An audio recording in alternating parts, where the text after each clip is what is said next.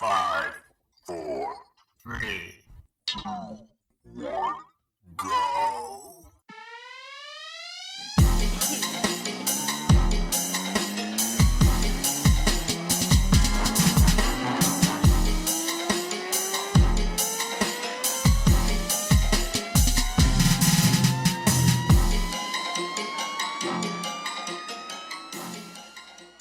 Welcome back to Fantasy Football Unfiltered. You're with Trent Seibel and Joe Marshall. That's at TDRex43 and at PPR_Jesus. We're bringing another not safe for work, but always awesome episode. It is September 17th, and week 2 is officially in the bag. Good morning, Trent. Good morning, listeners. How's it going? So we've got that 4:50 in the morning podcast coming at you. We're going to talk about some news. This is going to be one of our quick hits. We'll start with O.J. Howard. A little bit of a good, warm, heartwarming story. Yeah. Coming out of Tampa Bay. One for the people here. One for the peeps. So O.J. Howard has pledged $100 per catch this year to charity. He's going to be helping some kids get school supplies. Well, I've done the same. So every reception I get in the NFL this year, I'll donate $100. Yeah, you're a good soul. And you're a good soul. O.J. Howard and I have had to come out of pocket the same exact amount of money. He makes the pledge, and then he puts up a goose egg. So someone there doesn't like kids. They don't like kids. At this current rate, he's basically going to, at the end of the year, be able to buy a backpack, an eraser, and a small box of crayons. You ever go to Chuck E. Cheese? No. You get like 50. That's like my absolute nightmare. Don't bring that up to me. Chuck E. Cheese. Oh, gosh. Dude, this is like any of those places where you get the tickets. You get like 77 tickets, and you're so excited. You get up there, and you can buy like a freaking small Slinky, and that's it. And you're like, God damn it, I wanted the PlayStation. I wanted that big-ass teddy bear.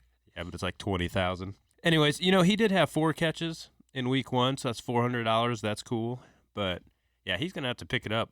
These kids, they want their school supplies. Drew Brees is out 6 weeks. Yeah, he's got that thumb injury, so he's got some ligament damage. He's going to have surgery. Yeah, Aaron Donald was swatting at the ball, and you saw it happen. I remember years ago, I'm dating myself here, the same thing happened to Kurt Warner years back, which was kind of the beginning of the end of his tenure with the Rams. Yeah, he really struggled after he had that. He absolutely did, yeah. So what is that going to do as far as Michael Thomas's value? Because you got two sides of this thing. Teddy Bridgewater is his quarterback now. That's my quarterback. Teddy Bridgewater, he got thrown in there. He didn't know he was coming in there, right? So he doesn't have any kind of prep.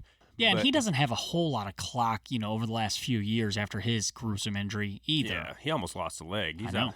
He didn't look so good, but you got to remember, he's got a prosthetic on the bottom of that leg limping around, pretty much. They almost took that leg. I know. I mean, you got to think that this hurts Michael Thomas. As far as the other day, he had all eyes for Michael Thomas. Okay, you bring up a valid point. So my initial reaction was like, okay, how far are you dropping him back? I'm not a Michael Thomas owner, so I can't really speak to maybe the ensuing panic that's going on right now. But you're right, Trent, and you brought up a good point that Bridgewater's inexperience shone through where, he can't really go through his progression. He kind of hones in on that number one, and Thomas had 10 catches, and this is a game where the offense wasn't clicking. It's only for 89 yards, short routes, screens. But, hey, PPR format, still 18 points, and very, very serviceable. That might change. Teddy Bridgewater's going to get more comfortable with them, especially if Drew Brees ends up missing more time than just this initial 4 to 6 weeks they're talking about.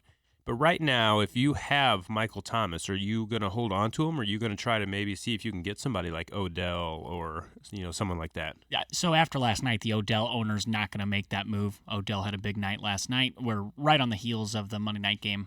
90-yard touchdown for Odell, 89. But did you see that one? Yes, I saw that one. What in the world is going on with that defense, Jets? Does that make you feel good about Odell, or does that just say, hey, if you're playing against the Jets, if you have people playing against the Jets, plug them in because they don't actually play defense. Okay, if you're just looking at the stat box and you didn't watch this play, the Browns were pinned back. It's first down. It's 1st and 10.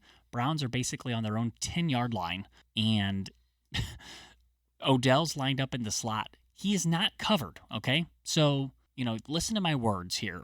He was not covered. There wasn't a human being on him. There was 3 people around him, and they just kind of looked at him. So Marcus May, safety for the Jets, I guess, placeholder for the safety for the Jets. Air quote, safety. He's 20 yards off Odell, and he was the one that was on him. It was a soft zone, and I mean, Odell just literally ran free, caught the ball probably about after 9-yard route, and just housed it untouched completely. I mean, it was like backyard football. I mean, good on him, but my gosh. Oh, so yeah, I'm fielding offers if I have Michael Thomas. It just depends, who I'm getting.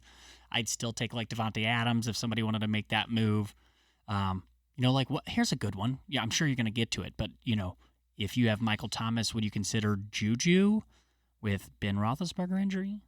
Juju or Michael? I'd still stick with Michael Thomas on that one right now. I think you've seen 2 weeks in a row from the Steelers even with Ben, they weren't looking good. Okay. But now that he's out, it's even worse. I think that you bring up a really good point. And people were already questioning, how Juju could handle, the pressures of the all-the-way number 1 guy. So, yeah, I think you're right. I think you stick with Michael Thomas there. Now, the move you might want to look at if you have either of those players is one of these receivers that's on the come-up, a la Chris Godwin. And the God. If you can get like a mid-tier back, if you're soft in another position, or I hate saying this, but even if you can get like a tight end who's producing and you're lacking at points there, because those guys might be able to hang with these top receivers, with a little bit less quarterback play. Because they're saying Drew Brees will be back 4 to 6 weeks, but we don't know what that means as far as, is it going to be the real Drew Brees? Sure. Again, going way back, because I'm old, I remember this. Kurt Warner was throwing 300-400 yards a game. He mangled that thumb up, and then, he couldn't grip the ball. He never had a real pretty spiral anyways, but after that, I mean, he was just throwing ducks for about a year and a half. Yeah, and Drew Brees, he's not no young chicken, so. He'll be 41 at the end of the year. Ben Roethlisberger, he's out for the season, elbow. So he signed a 3-year extension at the end of last year, or coming into this season, I guess I should say. I forecast that he's done, Trent. Now, he's just not somebody you could look at his build and you could just tell that, he's not killing it in the gym. He's mentioned retirement a couple off seasons in a row. He came out and said, hey, I signed a 3-year extension. I'm going to honor that. They put their faith in me. I just don't know if he's going to be the guy that does the proper rehab and gets all the way back. I think when that starts, I'm not sure that his work ethic, and that's me, I'm sitting here fat as shit and tired, but I don't see it. I think he's done. Listen, if you had gotten into a time machine right now and gone back 2 weeks before the season and said the exact same thing that you just said, nobody could probably argue with you. He has not looked good. He does not look like he worked out in the off season to try to be here. So, yeah, I could see it. He's the same boat as Drew Brees, except Drew Brees is in shape. They're both older guys. They got these injuries early. This could be it for both of them. It could be, yeah. So as far as Ben Roethlisberger goes, you got Mason Rudolph out there. Are you picking him up if you're a Roethlisberger owner? Pass. What are you doing? Honestly, if Roethlisberger was my starter or like a rotational guy, if I didn't invest a lot in a quarterback, I'll look out there. Stafford, I think, has, positive game scripts the next few weeks. It's a road game, but he plays at Philly. Their secondary is Swiss cheese, baby. I think he could eat on them. And then he comes back home against the Chiefs, who, the Chiefs, they score every 37 seconds. So Stafford will get a lot of opportunities.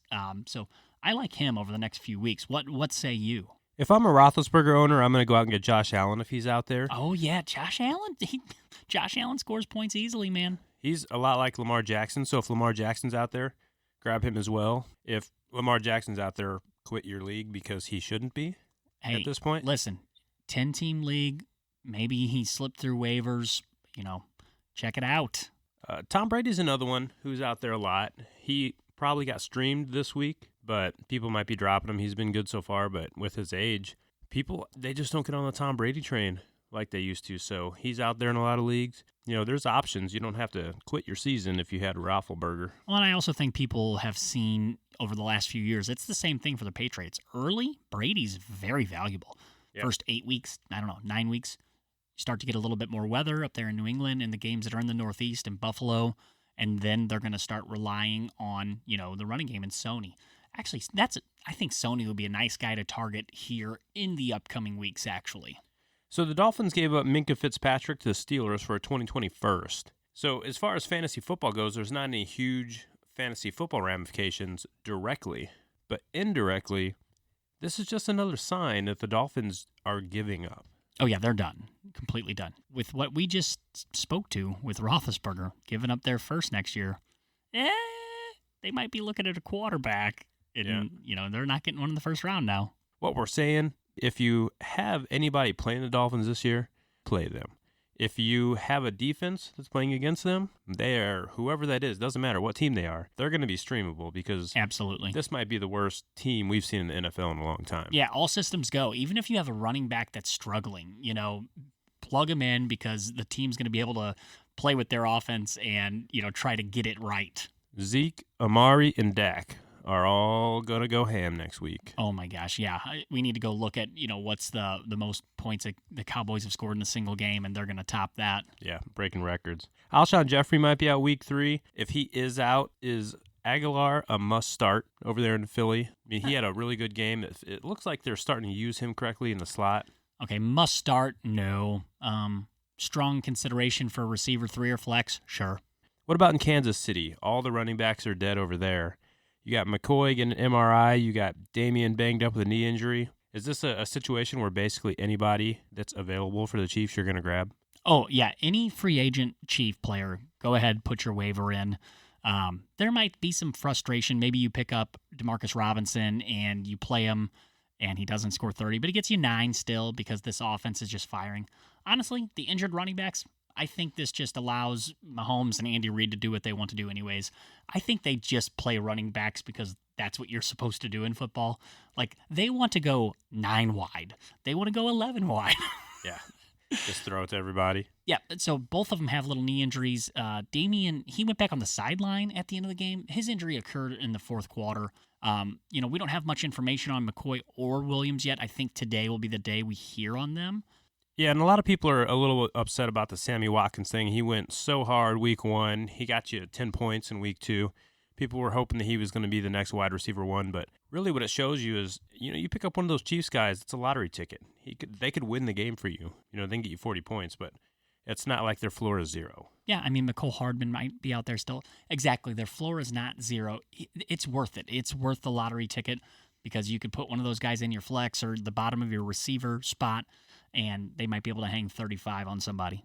So Josh Jacobs is injured with a groin injury. There's not a lot of specifics. So Jalen Richard, next man up in Oakland. He's actually a guy that has some potential. He's a pass-catching guy. Yeah. In PPR league, formats. he could be fine. He could be, what Chris Thompson's shown. He could be, 14, 15-point guy. So, yeah, if you have Jacobs, definitely look at Richard. He's a guy to grab because especially if you drafted 0 running back strategy, this has been a rough year so far. I have a league where I've been rolling Cohen, who had 3 this week, and I've been rolling Miles Sanders, who's been an awful disappointment, but I don't put it all on him. This week I watched him closely. Offensive line play was terrible, but he kept trying to bounce everything outside. So, showed freshman rookie running back. I think he has something in the tank, but we have to see how the Eagles decide to use him. So Seaman got hurt. Did you see that? This is Trevor Seaman. Trevor Simeon. Yeah, man, he got rocked. Yeah, his ankle folded like an accordion. Dude, like the side of his foot touched the side of his leg. It's not supposed to do that. I watched that so I think I sent a mass text out to everybody the picture of his man.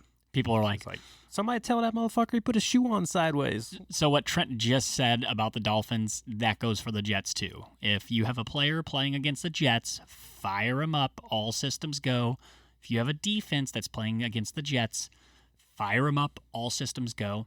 Now, hey, let me speak to Le'Veon Bell because people were ready to bury him in the offseason. I have in a dynasty league. I couldn't get anything for him. I couldn't get Darrell Henderson for him. I mean, nobody wanted to touch him with a 10-foot pole. 31 touches last night. What did your boy tell you?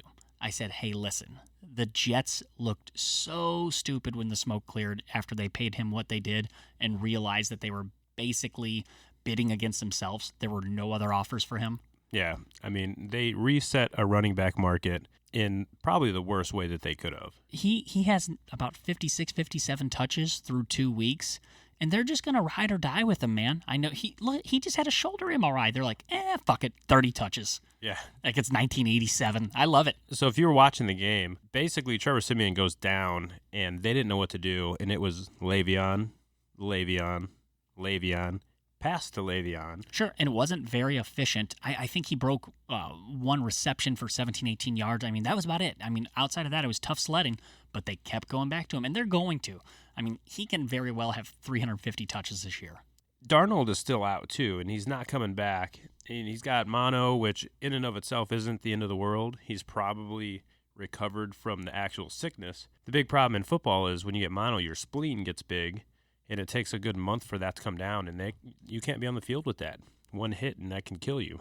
Until that goes down, and they're running with quarterback 3, quarterback 4, the kicker, whoever. Tough break. All right, let's finish this off with Antonio. We can't go a week without talking about Antonio Brown. Apparently another accuser has surfaced, this one in a Sports Illustrated exclusive. With the first girl, he basically was saying that it was a money grab, and now that you got a second girl, things are looking pretty rough for him. The Patriots, they've got to start thinking about their image. They've got to start thinking about what having him on the team is going to do in the locker room. And he looked okay. We actually see this quite often whenever some of these accusations come through, like with high-profile people. So, I foresaw this. You thought this was coming, right? I thought there would be more people come out and say, what happened to them, share their experience. So this is going to be like a little mini Me Too movement kind of thing? Yeah, I think sometimes when it's revealed that, a high-profile person acted shitty towards somebody, it jogs memories and, gives others a platform that maybe feel that they were acted shitty towards also. So, I kind of saw this. There's no surprise for me. There's going to be more. There's going to be more and more that comes out, buddy. I mean, if you can get something for Antonio, because he looked okay, especially early. The Patriots are forcing the issue, getting the ball. Get whatever you can for him. I'm telling you, he's not going to finish the year out. He's also, behind the scenes, he's being sued. There's an ugly lawsuit with one of his landlords. He ruined like a $7 million property. He's getting sued for $7 million. Also, let's see if, the story, it turns out that his cousin, Hollywood Marquise Brown, was also there for one of these instances. They said he might have been the one. It's an unnamed person right now. No, it was him. It was him. It's going to be coming out. You'll see more and more about it today. But, apparently Ravens, they're not worried that, he was just there, innocent bystander. So I'm tired of the Antonio Brown story. Shame on the Patriots. Shame, shame, shame. Can't wait for him to be done, but we'll just see. Wait and see approach here. If you can get anything for him, get it right meow. All right, so that's going to wrap it up for us. We appreciate you guys joining us again. If you liked what you heard, follow us on Twitter. That is at TDRex43 and at PPR_Jesus. Till next week, peace. Here you go.